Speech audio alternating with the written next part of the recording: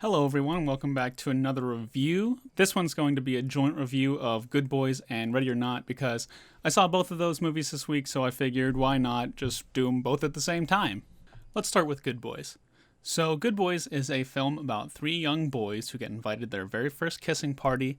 They're very nervous because they don't know how to kiss, so they try and spy on their next door neighbors, and they lose their father's drone, and hilarity ensues when they try and get it back so that they can make it to their kissing party and not get grounded on time. So, this one was pretty good, guys. I really enjoyed a lot of the comedy. It's probably the best comedy I've seen this year.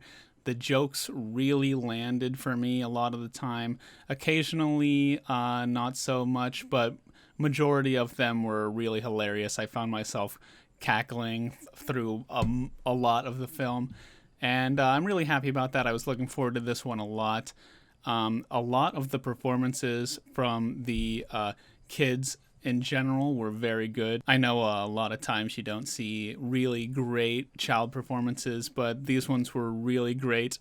Jacob Tremblay is a fantastic actor. He's been in a bunch of other things, and I feel like he's going to be a really big star whenever he gets older, but he's just killing it right now. And the other two boys as well, Keith L. Williams and Brady Noon, they were both just fantastic. You really felt the chemistry between them. You kind of could tell that they had been friends for a really long time. It didn't seem forced or anything. I do have one problem with the movie, though. The kind of driving force is these next door neighbor girls. They kind of have these drugs that they were going to take whenever they go on a concert, but the boys stole them, so the entire movie is kind of them running away from the girls while simultaneously trying to get this drone that they accidentally destroyed of their father's before they get back from a trip so that they don't get grounded. And it was kind of strange. The girls went to kind of immense lengths just for these drugs, and I get that's kind of like the driving force of the movie is just running away from these two high school girls.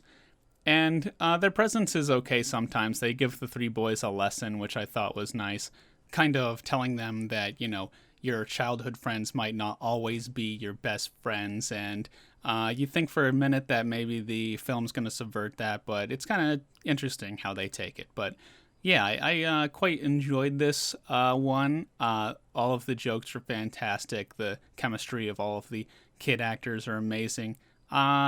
Definitely my favorite comedy of the year. So I'm going to give this one a 4 out of 5. We're bad, we're so bad, we're bad, we're so bad. All right, let's jump into Ready or Not. So this is a movie about a woman who marries into a wealthy family and just wants to live a normal life, but she soon finds out that on their wedding night they have a special tradition where the newlywed and newly entered person into the family has to play a game. If they choose the wrong card, then it ends up into deadly circumstances where they hunt the newlywed and new member of the family, which in this case happens to her. So this is a pretty interesting one. I saw a trailer for this one and I was pretty excited for it.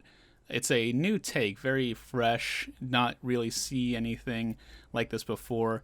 Whenever I first saw the trailer, I thought, wow, this is pretty unique. They could kind of run with this and play all kinds of different games, but we see in the film that if it's only the hide or seek game that really decides whether or not they are being hunted or not. So that was kind of interesting. The production design of this movie was fantastic. It really kind of highlighted the rich wealthiness of the family that she was joining. The majority of the movie takes place in this humongous mansion, different set pieces of her running and hiding through different hallways and corridors, and you really felt like it was a huge mansion, a huge house that a wealthy family would be living in. So I really enjoyed that production design. I quite enjoyed that. Samara Weaving, who plays the main character in this film, is really the standout, along with Adam Brody. He does a great job. I think that both of them are definitely my favorite parts of the film. Samara Weaving, of course, reacting and get accustomed to this new happenings, kind of running away from being hunted by this family that she was attempting to join and was really trying to love, is really great. Her reactions and things to that is amazing. She really was giving it her all, and you could tell. They kind of set up like it was very brief. Her backstory was that she came from a foster home and she never had a family of her own, so joining this one meant a lot to her. And they really kind of just put that in, I think, to be a sense of irony for the audience, because we're obviously knowing what's going to happen. They're going to try and find her and murder her for this ritual, of course, but yeah, after that, they really didn't touch on it too much. I have a couple problems with this one as well. At the beginning of the film, we see Grace, Samara Weaving's character, to be a quite intelligent and adaptive character. But later on in the film, she makes a lot of really kind of dumb decisions that don't necessarily make any sense.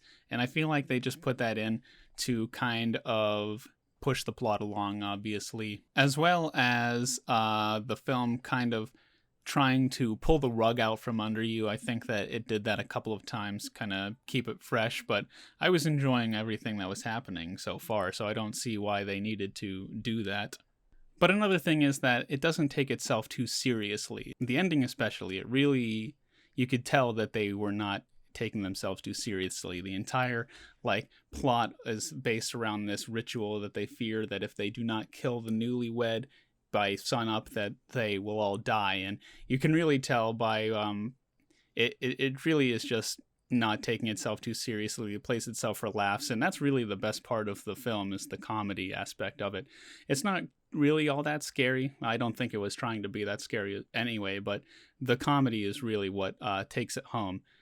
Just putting Samara Weaving in these really crazy, awkward situations and having to see her think her way out of it was really enjoyable. I like this one a lot. I didn't like it as much as Good Boys, so I'm going to give this one a 3.5 out of 5.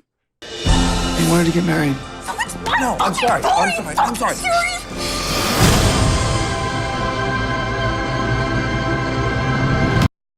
Well, thanks for watching, guys. Let me know how you thought about the joint review. I might be doing it more depending on if I see multiple movies within the week. I wasn't really expecting to do this this week. I happened to see both of these movies this week. I was excited to see them, and I sought them out, so that's just how it ended up. Thanks for watching, everybody, and I'll see you later.